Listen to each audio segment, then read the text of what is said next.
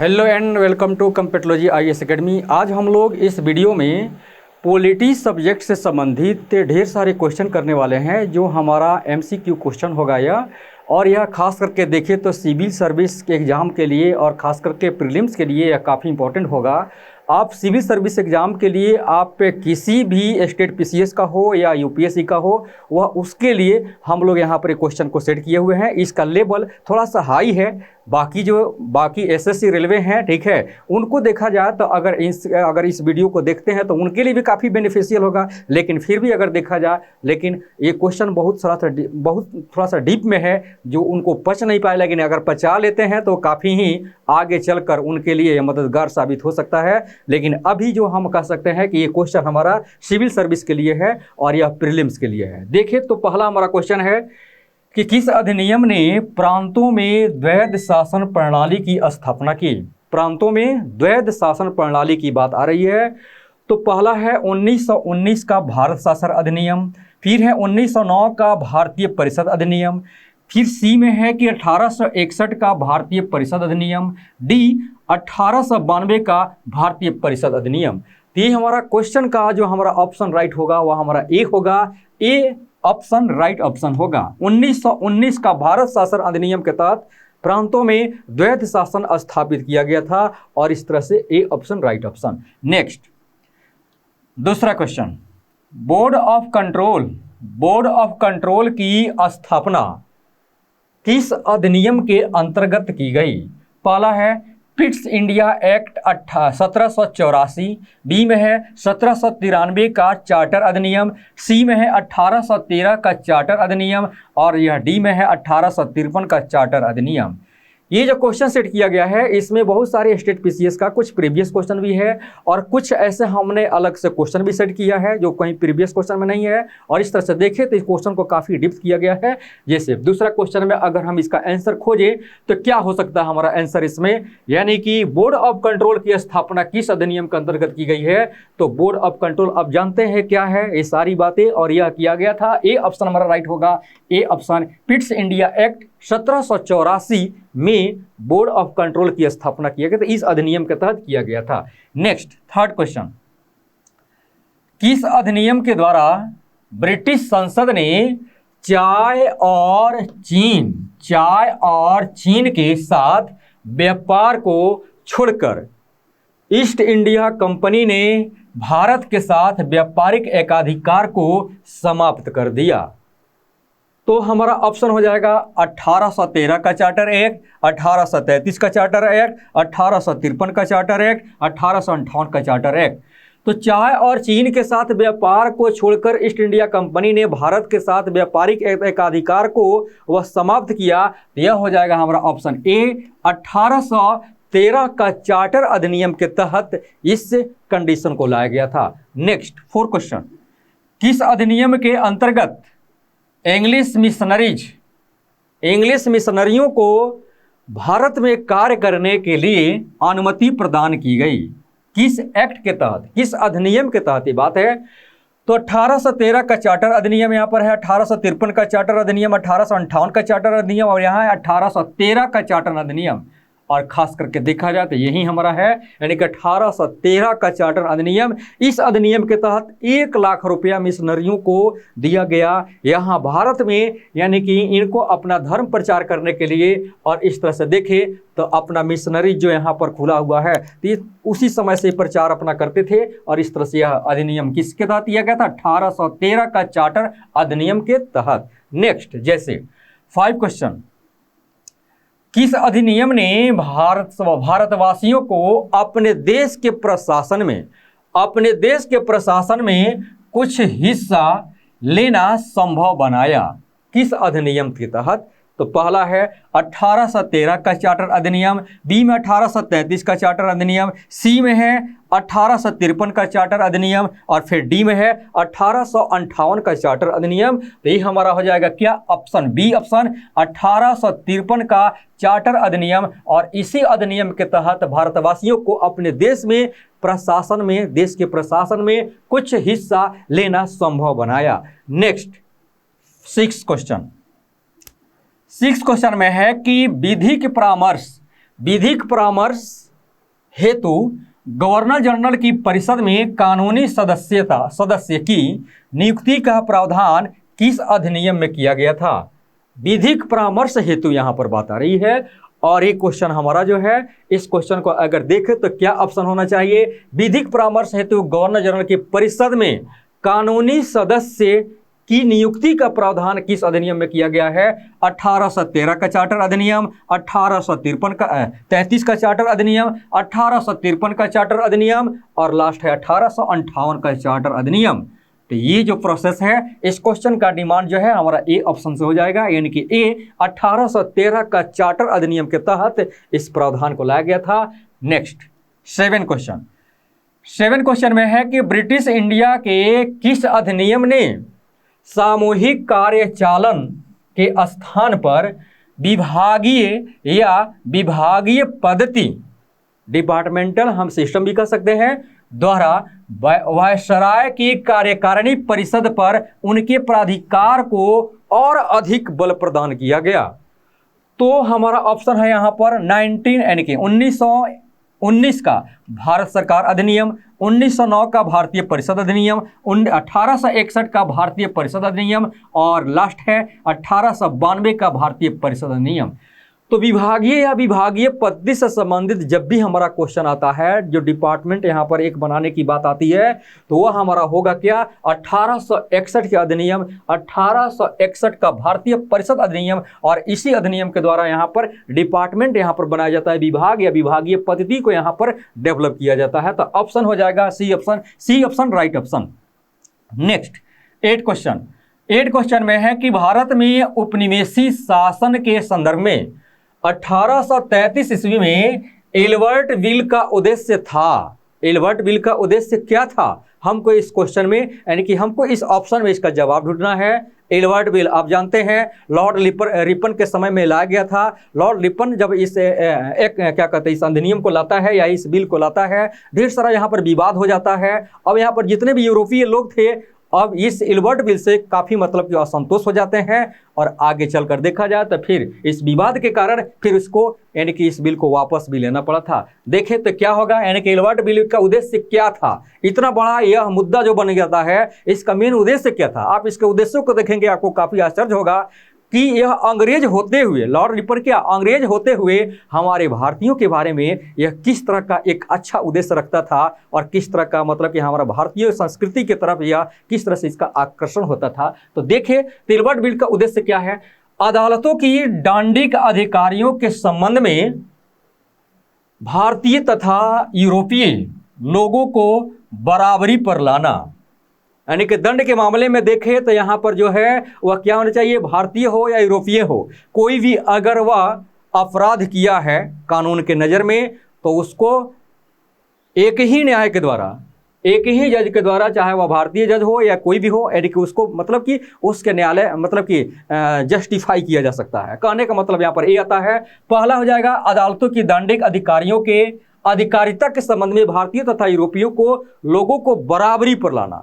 भारतीय और यूरोपियों को क्या करना है यहाँ पर? बराबरी के, यानी कि न्याय के मामले में क्या करना है? बराबर पर लाना है। ये नहीं कि यहाँ पे यूरोपीय हैं, ठीक है, तो यूरोपियों को ज़्यादा विशेषता दिया जाए, या भारतीय हैं तो उनको वहाँ पर मतलब कि उस तरह से, यानी कि उनको काफ़ी शोषण किया जाए न्याय के थ्रू। तो यहाँ पर ऐसा नहीं था। तो पहला हमारा क्या ऑप्शन हो जाएगा? यही राइट होगा, यानी कि ए ऑप्शन हमारा क्या होगा? राइट ऑप्शन होगा। बाकी सब ऑप्शन इसका मतलब गलत होगा। अदालतों की दंडिक अधिकारियों के संबंध में भारतीय तथा यूरोपीय लोगों को बराबरी पर नहीं लाना, नहीं लाने की बात की जा रही थी, तो ऑप्शन हमारा गलत हो जाएगा। अदालतों की दंडिक अधिकारी के संबंध में, अधिकारिता के संबंध में भारतीय के अपेक्षा यूरोपीय लोगों को ज्यादा महत्व देना, नहीं, उनकी महत्व को यहाँ पर कम किया गया था, दोनों को बराबर महत्व दिया जा रहा था। इसलिए हमारा ऑप्शन क्या होगा? ए ऑप्शन राइट ऑप्शन होगा। नेक्स्ट 9 क्वेश्चन में है, किस एक्ट के द्वारा भारत के गवर्नर जनरल को अध्यादेश जारी करने की शक्ति प्रदान की गई? किस अध्यादेश द्वारा? तो पहला हमारा है कि 1919 का भारत शासन अधिनियम, दूसरा है 1909 का भारतीय परिषद अधिनियम और तीसरा है 1861 का भारतीय परिषद अधिनियम और डी में है 1892 का भारतीय परिषद अधिनियम। अगर हम देखें तो गवर्नर जनरल को अध्यादेश जारी करने का, जैसे प्रेसिडेंट क्या करते हैं अध्यादेश जारी करने का, उनको भी क्या एक अधिकार मिला हुआ है, उनको भी एक देखा जाए तो कानून के तहत उनको सारी अधिकार मिली हुई है, तो जिसको विधायी शक्तियां में हम लोग कहते हैं। तो इस तरह से देखें तो गवर्नर जनरल को भी अध्यादेश जारी करने का अधिकार यह मिला था, सी ऑप्शन, यानी कि 1861 का भारतीय परिषद अधिनियम के तहत ये अध्यादेश जारी करने की एक शक्ति प्रदान की गई थी। इस तरह से देखें तो सी ऑप्शन राइट ऑप्शन होगा। नेक्स्ट 3 क्वेश्चन में है कि किस अधिनियम के अंतर्गत भारतीय विधान परिषद को बजट पर बहस करने की शक्ति प्राप्त हुई। भारतीय विधान परिषद को बहस करने के लिए शक्ति प्रदान हुई। पहला कह रहा है कि 1919 का भारत शासन अधिनियम, सरकार अधिनियम। दूसरा कह रहा है कि 1909 का भारतीय परिषद अधिनियम, सी में है 1861 का भारतीय परिषद अधिनियम, और डी में है 1892 का भारतीय परिषद अधिनियम। तो विधान परिषद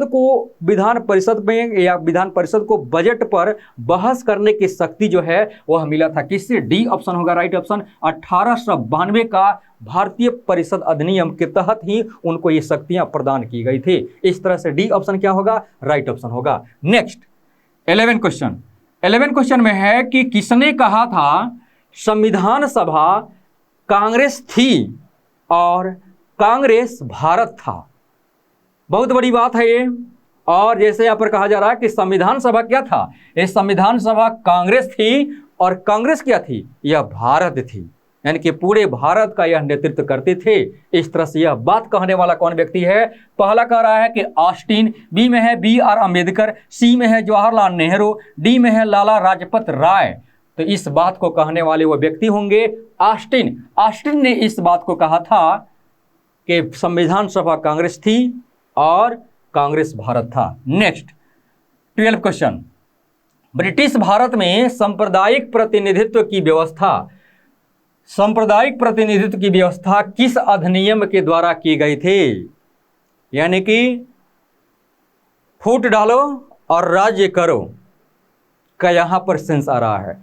तो इस क्वेश्चन में हम देखें तो यह होगा क्या, 1919 का भारत सरकार अधिनियम, 1909 का पार्लियामेंट सुधार अधिनियम, 1861 का भारतीय परिषद अधिनियम, और डी में है 1892 का भारतीय परिषद अधिनियम। तो यह सांप्रदायिक प्रतिनिधित्व की जब बात आती है तो ये हो जाता है 1909 का पार्लियामेंट सुधार अधिनियम के तहत ही हिंदू मुस्लिम को यहाँ पर बांटने की काम होती है, और सांप्रदायिकता की बात यहाँ पर इस अधिनियम के तहत किया जाता है। नेक्स्ट 13 क्वेश्चन, भारतीय इतिहास के संदर्भ में द्वैध शासन डायरकी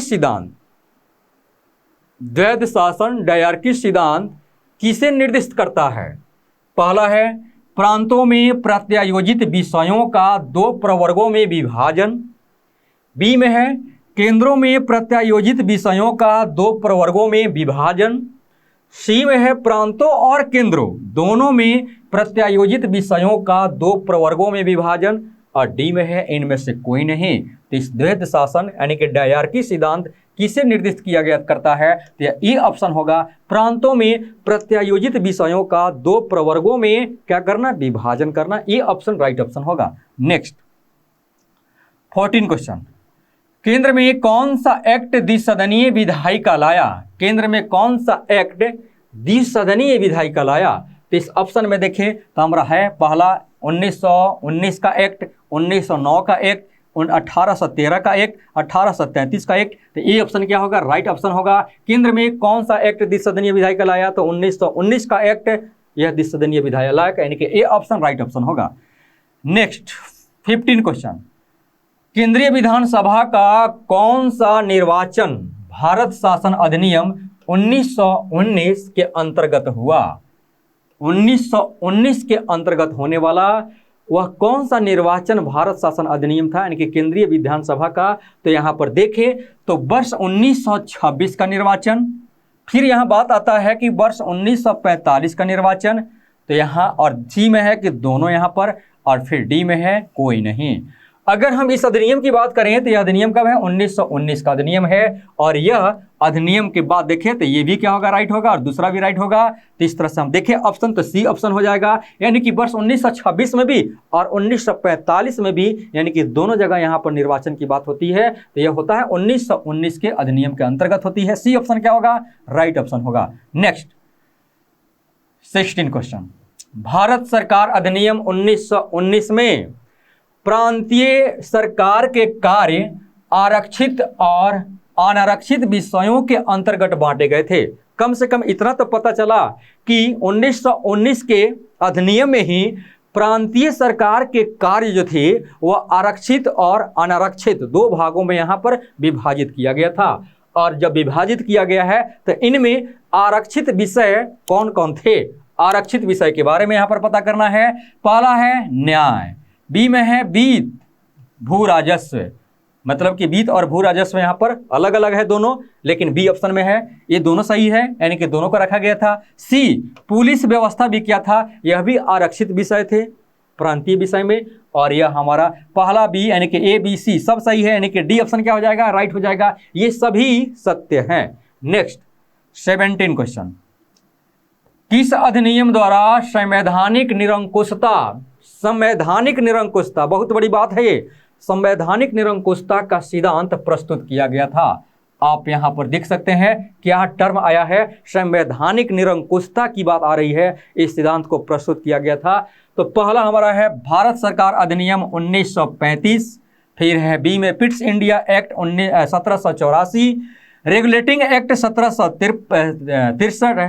1773 और डी में है कोई नहीं। तो अगर संवैधानिक निरंकुशता का सिद्धांत अगर हम कहें तो ये हो जाएगा हमारा ए ऑप्शन होगा। ए ऑप्शन क्या होगा? ऑप्शन राइट होगा। 1935 का भारत सरकार अधिनियम के तहत ही देखा जाए तो यह संवैधानिक निरंकुशता का भाव यह प्रस्तुत करता है। नेक्स्ट 18 क्वेश्चन, भारत शासन अधिनियम 1935 के अंतर्गत प्रस्ताविक संघीय प्रणाली थी। प्रस्ताविक संघीय प्रणाली क्या थी? पहला है अखिल भारतीय संघ, बी में है प्रांतीय संघ, सी में है कि वित्तीय संघ और डी में है इनमें से कोई नहीं।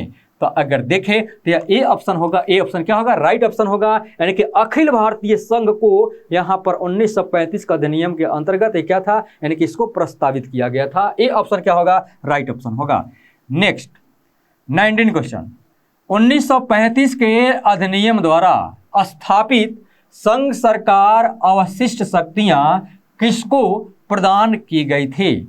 आज़ादी के पहले की बात है, ईस्ट इंडिया कंपनी यहाँ पर है, ठीक है, उसमें गवर्नर जनरल का पद भी चल रहा है। आप इसको देख सकते हैं। 1935 का अधिनियम द्वारा स्थापित संघ द्वारा अवशिष्ट शक्तियां किसको प्रदान की गई थी? अवशिष्ट शक्तियां। तो हमारा क्वेश्चन क्या हो जाएगा? पहला दे रहा है गवर्नर जनरल को, बी में दे रहा है भारतीय संघ को, सी में दे रहा है महारानी विक्टोरिया को, डी में इनमें से कोई नहीं। ए ऑप्शन क्या होगा? राइट ऑप्शन होगा। गवर्नर जनरल को ही संघ द्वारा अवशिष्ट शक्तियां प्रदान की गई थी, यानी कि ए ऑप्शन राइट ऑप्शन होगा। नेक्स्ट 20 क्वेश्चन, किस अधिनियम के द्वारा केंद्र में द्वैध शासन प्रणाली को स्थापित किया गया था?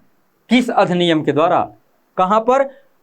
केंद्र में द्वैध शासन प्रणाली को स्थापित किया गया था। पहला ऑप्शन है भारत शासन अधिनियम 1935, 1861 का भारतीय परिषद अधिनियम, सी में है 1892 का भारतीय परिषद अधिनियम और डी में है 1892 का भारतीय परिषद अधिनियम। यहाँ पर ऑप्शन गलत हो गया है, लेकिन जिस ऑप्शन को यहाँ पर इंडिकेट किया जा रहा है वो हमारा ऑप्शन में है। ये क्या हो जाएगा? ये ऑप्शन राइट ऑप्शन होगा। भारत शासन अधिनियम 1935 के तहत केंद्र में द्वैध शासन प्रणाली को स्थापित किया गया था। ये ऑप्शन क्या होगा? राइट ऑप्शन होगा। इस ऑप्शन को देखें तो यहाँ पर रिपीट हो गया है, इसको टेंशन नहीं लेना है, ठीक है। हमारा ऑप्शन जो चाहिए था वो हमारा ए ऑप्शन में है, यह राइट है। नेक्स्ट 21 क्वेश्चन, किसने ब्रिटिश भारत में प्रांतीय स्वायत्तता शुरू की?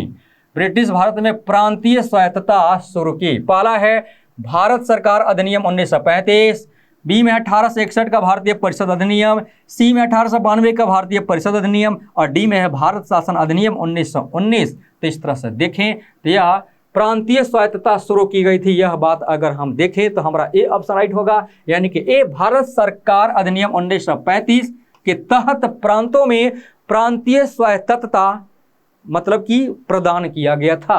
ए ऑप्शन राइट ऑप्शन होगा।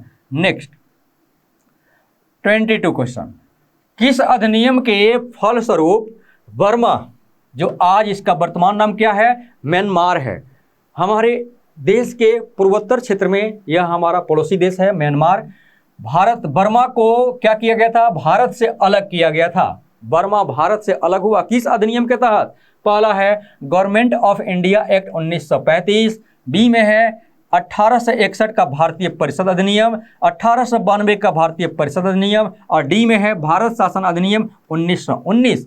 तो बर्मा को भारत से अलग अलग करने का जो प्रावधान है, प्रोसेस है, वह किया गया था किसके तहत? ए ऑप्शन राइट होगा, गवर्नमेंट ऑफ इंडिया एक्ट 1935 के द्वारा इसको अलग किया गया था। नेक्स्ट 23 क्वेश्चन, किस अधिनियम के संदर्भ में जवाहरलाल नेहरू ने कहा था कि हमें ऐसी कार दी गई है, कार मतलब कि जैसे गाड़ी के बारे में कहा, 4 व्हीलर के बारे में कहा जा रहा है, हमें ऐसी कार दी गई है जिसमें केवल ब्रेक है, जिसमें क्या है, केवल ब्रेक ही ब्रेक है। मतलब कि आप उस कार को स्पीड में चला नहीं सकते हैं, जब भी स्पीड पकड़ा रहे हैं ब्रेक ही ब्रेक है। मतलब है यहाँ पर, लेकिन किंतु इंजन नहीं है, किंतु इंजन भी नहीं है, उसमें सिर्फ क्या है, ब्रेक ही ब्रेक है और इंजन भी नहीं है। पूरा बात अगर पढ़ते हैं तब जाकर कुछ बढ़िया से समझ में आता है।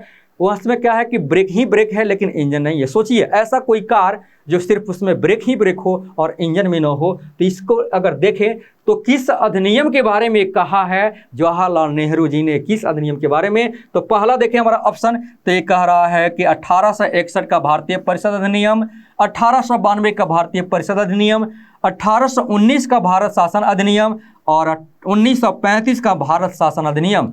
तो यह हमारा जो स्टेटमेंट है यह डी पर आधारित है, डी से संबंधित है। इस एक्ट के लिए यहाँ पर कहा गया है, जवाहरलाल नेहरू जी ने इस बात को कहा था, इस एक्ट को ही इंडिकेट कर 1935 का भारत शासन अधिनियम, यानी कि डी ऑप्शन राइट ऑप्शन होगा।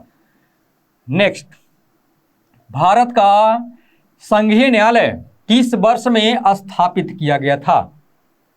संघीय न्यायालय वर्ष 1935, वर्ष 1937, वर्ष 1945, वर्ष 1947। संघीय न्यायालय की स्थापना की बात हो रही है, तो हमारा ऑप्शन होगा बी ऑप्शन, यानी कि 1937 में भारत का संघीय न्यायालय स्थापित किया गया था। बी ऑप्शन राइट ऑप्शन होगा। नेक्स्ट 25 क्वेश्चन, भारत शासन अधिनियम 1935 में स्वीकार किया हुआ महत्वपूर्ण और अस्थायी अवयव नहीं था, वह कौन सा ऐसा हमारा ऑप्शन में वह एलिमेंट दिया गया है, वह तथ्य दिया गया है जो 1935 में स्वीकार किया हुआ वह महत्वपूर्ण और अस्थायी अवयव नहीं है, मतलब कि वह एलिमेंट नहीं है।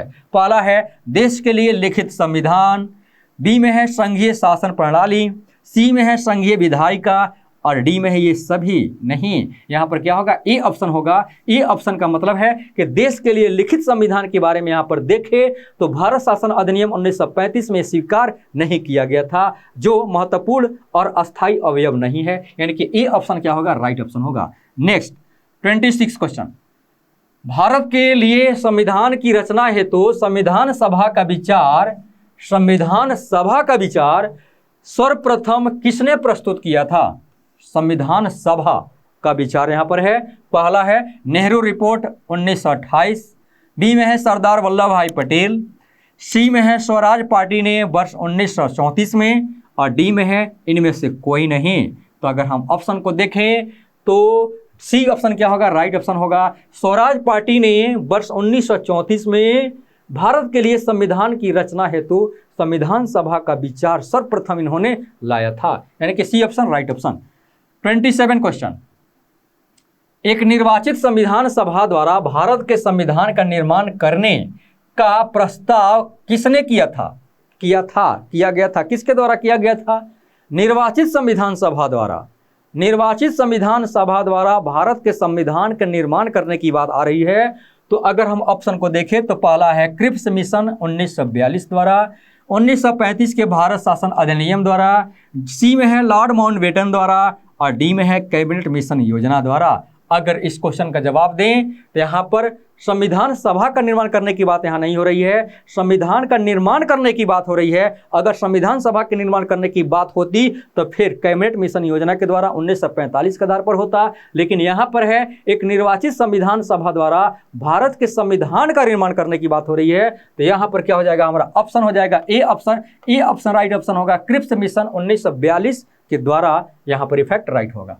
नेक्स्ट 28 क्वेश्चन, भारतीय संविधान सभा का गठन किया गया था। भारतीय संविधान सभा का गठन किया गया था, पहला हमारा है क्रिप्स मिशन 1942 द्वारा, बी में है 1935 के भारत शासन अधिनियम द्वारा, सी में है लॉर्ड माउंटबेटन द्वारा, और डी में है कैबिनेट मिशन योजना 1946 के अंतर्गत। तो यहाँ पर संविधान सभा की जब बात आती है तो हमने जस्ट अभी बताया था कि कैबिनेट मिशन योजना के द्वारा लाया गया था 1946 में, 45 नहीं 46 में आया था, और इसके तहत क्या किया गया था, भारतीय संविधान सभा का गठन किया गया था। कि डी ऑप्शन क्या होगा, राइट ऑप्शन होगा। Next 29 question, Pethick Lawrence, John Simon, AV Alexander और सर एस्ट्रोफर क्रिप्स में से कौन कैबिनेट मिशन का सदस्य नहीं था? इन चारों में से कौन कैबिनेट मिशन का सदस्य नहीं था? इसका मतलब बाकी सब क्या थे, कैबिनेट मिशन के सदस्य भी थे, लेकिन इनमें देखिए तो जॉन साइमन कैबिनेट मिशन का सदस्य नहीं था, यानी कि ए ऑप्शन राइट ऑप्शन होगा। नेक्स्ट 30 क्वेश्चन, वर्ष 1946 में निर्मित अंतरिम सरकार में कार्यपालिका परिषद के उपसभापति थे। कार्यपालिका परिषद के उपसभापति थे, कौन थे? आप क्या कह सकते हैं इसके आंसर को, यानी कि इस क्वेश्चन का डिमांड अगर देखें तो अंतरिम सरकार की भी बात हो रही है, और दूसरा बात क्या हो रहा है, कार्यपालिका परिषद के उपसभापति के रूप में कार्य करने का अगर बात आता है तो यहाँ पर ए ऑप्शन होगा, यानी कि जवाहरलाल नेहरू के द्वारा होगा। ए ऑप्शन क्या होगा, राइट ऑप्शन होगा। नेक्स्ट 31 क्वेश्चन, प्रथम अंतरिम राष्ट्रीय सरकार की घोषणा की गई थी। प्रथम अंतरिम राष्ट्रीय सरकार की घोषणा, जब अंतरिम राष्ट्रीय सरकार यानी कि टेम्पोररी सरकार जिसको हम लोग कहते हैं, कि जब घोषणा की गई थी तो कब की गई थी घोषणा उसकी? तो ये हमारा आ जाएगा ऑप्शन ए 24 अगस्त 1946, 26 अगस्त 1946, 29 नवंबर 1949 और इनमें से कोई नहीं। ऑप्शन हमारा ए ऑप्शन राइट होगा, यानी कि 24 अगस्त 1946 ईस्वी को देखें तो अंतरिम राष्ट्रीय सरकार की घोषणा की गई थी, और ये हमारा ए ऑप्शन राइट ऑप्शन होगा। नेक्स्ट 32 क्वेश्चन, कैबिनेट मिशन योजना के अंतर्गत संविधान निर्मात्री परिषद में प्रत्येक प्रांत को आवंटित सदस्य संख्या निर्धारित करने के लिए एक प्रतिनिधि कितनी जनसंख्या के अनुपात में था? पहला ऑप्शन है 10 लाख व्यक्ति, बी में है 12 लाख व्यक्ति, सी में है 15 लाख व्यक्ति और डी में है 10,000 व्यक्ति। तो अगर इस क्वेश्चन का जवाब देखा जाए तो ए ऑप्शन राइट ऑप्शन होगा। 10 लाख व्यक्ति के अनुपात में ही यहां पर इस चीज को निर्धारित किया गया था। ए ऑप्शन राइट ऑप्शन होगा। नेक्स्ट 33 क्वेश्चन, भारतीय इतिहास के संदर्भ में प्रांतों में संविधान सभा के सदस्य किस प्रकार निर्वाचित हुए थे? प्रांतों में संविधान सभा के सदस्य किस तरह से निर्वाचित हुए थे? ये बात कहाँ की हो रही है? प्रांत की बात हो रही है। तो अगर देखें ऑप्शन में तो प्रांतीय विधान सभा के द्वारा, सी में है संघीय विधायिका के द्वारा, सी में है कि ए और बी दोनों के द्वारा और डी में इनमें से कोई नहीं। तो हमारा संविधान सभा के सदस्य किस तरह से निर्वाचित किए गए थे? यह ए होगा, यानी कि प्रांतों से प्रांतीय विधानसभा के द्वारा संविधान सभा के सदस्य के रूप में निर्वाचित किए गए थे, यानी कि ए ऑप्शन क्या होगा? राइट ऑप्शन होगा। नेक्स्ट 34 क्वेश्चन, भारत की संविधान सभा का प्रथम अधिवेशन कब हुआ था? भारत के संविधान सभा का प्रथम अधिवेशन कब हुआ था? आप इसका आंसर क्या देंगे? 9 दिसंबर 1946, 11 दिसंबर 1946। हमारा ऑप्शन अगर देखें तो क्या होगा? फिर है 9 दिसंबर 1948, फिर डी में है 1 दिसंबर 1948। अगर ऑप्शन को देखा जाए तो ए ऑप्शन होगा।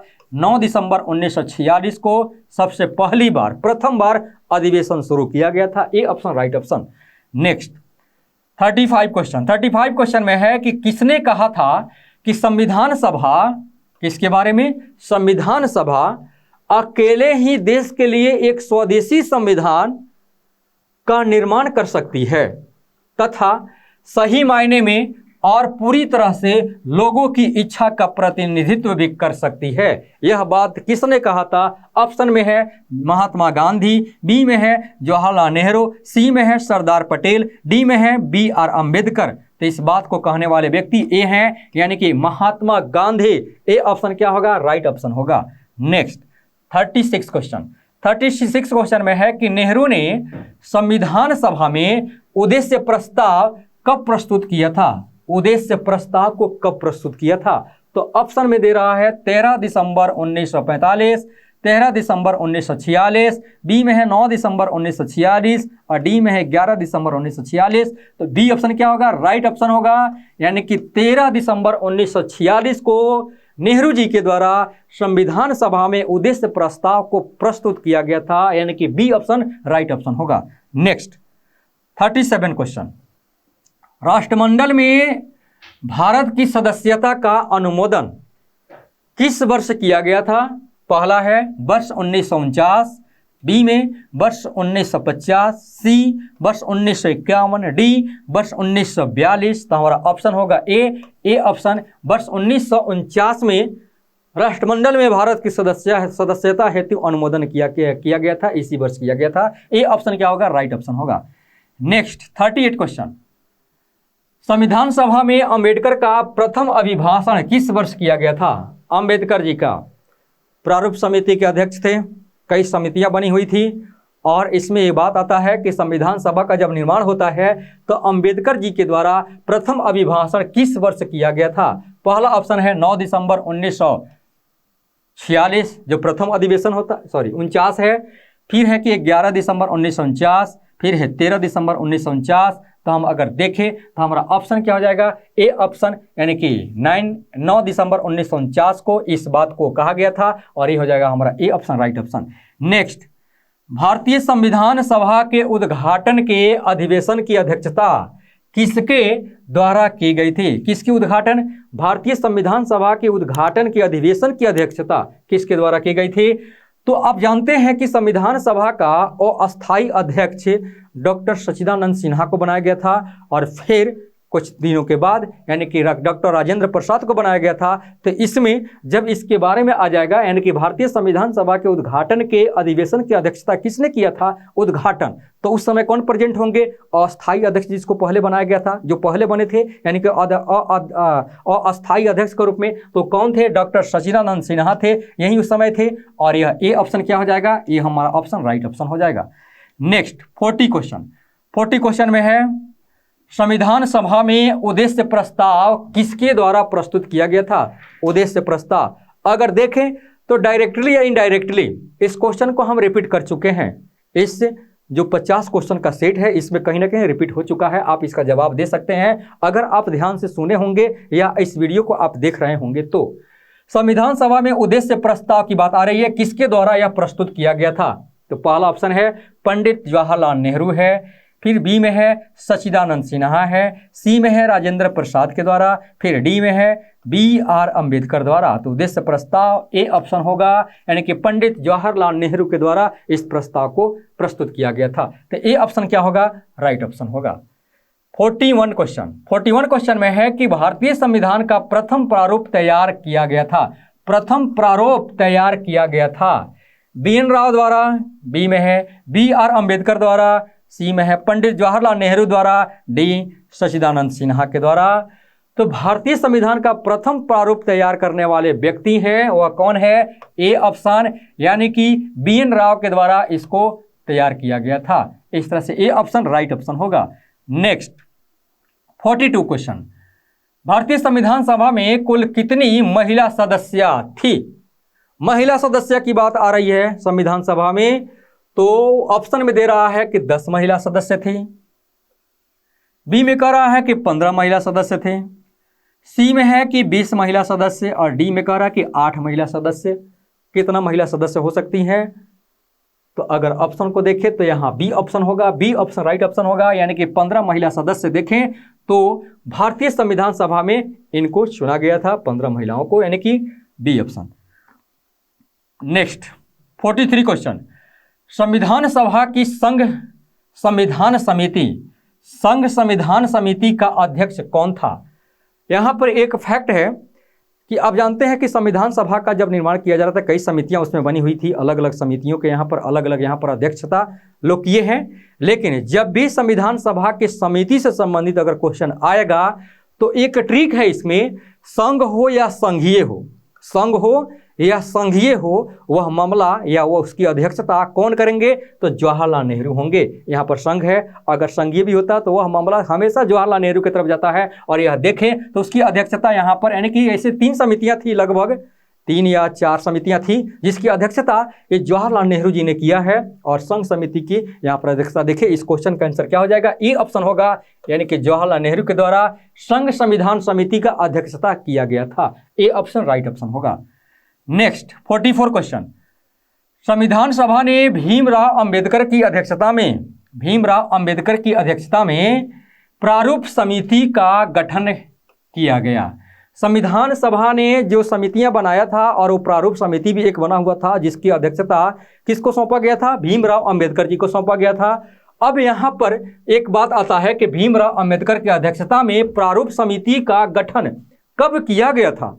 यह प्रारूप समिति का गठन कब किया गया था? हमारा ऑप्शन हो जाएगा पहला 29 अगस्त 1947, 29 अगस्त 1948, 29 अगस्त 1946, 29 अगस्त 1949। अगर हम देखें ऑप्शन तो ए ऑप्शन राइट होगा। 29 अगस्त 1947 को अध्यक्षता के रूप में प्रारूप समिति का गठन किया गया था, यानी कि भीमराव अंबेडकर के अध्यक्षता के रूप में। तो ए ऑप्शन क्या होगा? राइट ऑप्शन होगा। नेक्स्ट 45 क्वेश्चन, मौलिक अधिकारों की उप समिति, क्या यहां पर बात आ रही है कि मौलिक अधिकारों की उप समिति किससे संबंधित थी? मौलिक अधिकार से संबंधित जितनी भी समितियां हैं, यहां पर 2 समिति आपको देखने को मिलेगा। एक आएगा मौलिक अधिकारों की परामर्श समिति, वह एक अलग है उनके अध्यक्ष, और यहां पर है कि मौलिक अधिकारों की उप समिति, तो इसका अध्यक्ष अलग है। इस क्वेश्चन का क्या जवाब होनी चाहिए? अगर हम ये देखें तो पहला यहाँ क्वेश्चन हमारा है कि मौलिक अधिकारों की उप समिति का अगर बात आएगा तो हो जाएगा क्या? जेवी कृपलानी के द्वारा अध्यक्षता किया गया था, इनसे संबंधित था। या अगर मौलिक अधिकारों की परामर्श समिति का अगर संबंधित आता है क्वेश्चन तो क्या हो जाएगा? सरदार पटेल जी का हो जाएगा, सरदार वल्लभ भाई पटेल जी का। तो यहाँ पर इस क्वेश्चन का आंसर हमारा ए होगा, क्योंकि जेवी कृपलानी ही ने क्या किया था? मौलिक अधिकारों की उप समिति संबंधित इनसे थे, यानी कि ए ऑप्शन क्या होगा? राइट ऑप्शन होगा। नेक्स्ट 46, भारत को एक संविधान देने का प्रस्ताव संविधान सभा द्वारा पारित किया गया। भारत को क्या करने के लिए? संविधान देने का एक प्रस्ताव संविधान सभा के द्वारा पारित किया गया। अगर इसकी आंसर हम देखें तो क्या आंसर होने चाहिए? यानी कि पहला कह रहा है 22 जनवरी 1947, बी में है 22 जनवरी 1948, सी में है 22 जनवरी 1946 और डी में है 22 जनवरी 1945।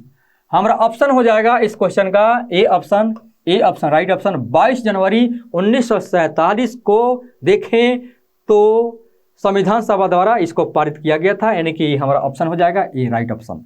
नेक्स्ट 47 क्वेश्चन में है बी आर अम्बेडकर का संविधान सभा में कहां से निर्वाचन हुआ था? बी आर अम्बेडकर का संविधान सभा में कहां से निर्वाचन हुआ था? पहला ऑप्शन है बम्बई प्रेसिडेंसी से, बी में है कोलकाता प्रेसिडेंसी से, सी में है मद्रास प्रेसिडेंसी से और डी में है इनमें से कोई नहीं। तो अगर हम देखें तो हमारा ए ऑप्शन होगा, यानी कि बी आर अम्बेडकर को संविधान सभा में कहां से निर्वाचन किया गया था? तो बम्बई प्रेसिडेंसी से। ए ऑप्शन राइट ऑप्शन होगा।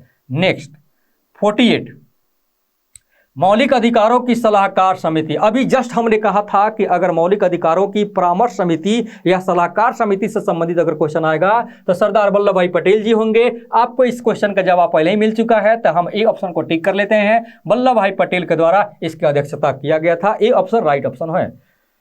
49 क्वेश्चन 49 में है भारतीय संविधान को बनाने हेतु कुल कितने अधिवेशन हुए थे? जब भारतीय संविधान सभा के द्वारा बनाया जा रहा था तो उसमें कुल कितने अधिवेशन कंप्लीट करने में लगा? कितने अधिवेशन हुए थे?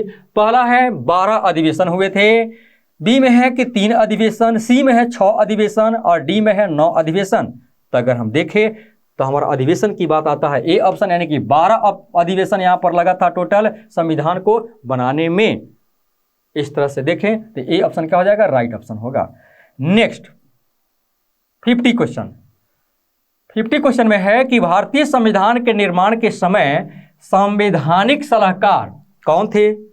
ये बहुत ही इजी क्वेश्चन है, लास्ट में बहुत इजी क्वेश्चन हो गया। भारतीय संविधान के निर्माण के समय संवैधानिक सलाहकार कौन थे। पहला ऑप्शन है BN राव, बी में है सी राजगोपालाचारी, सी में है जवाहरलाल नेहरू और डी में है सच्चिदानंद सिन्हा। हमारा ऑप्शन क्या हो जाएगा, जो कि आप भी जानते हैं, बी, यानी कि ए ऑप्शन BN राव के द्वारा है संवैधानिक सलाहकार नियुक्त किया गया था। तो इस तरह से हमारे 50 क्वेश्चन का सेट कंप्लीट होता है। इसी तरह का और भी वीडियो देखने के लिए हमारे चैनल को आप सब्सक्राइब करिए, बेल आइकन बटन भी दबाइए, जितना हो सके आप शेयर करिए। सब्सक्राइबर की जो आप बात करें तो बहुत कम हो रहा है, सब्सक्राइबर बहुत कम बढ़ रहे हैं, इसलिए आपसे रिक्वेस्ट है सब्सक्राइब करते जाइए, शेयर भी करते जाइए। Thank you.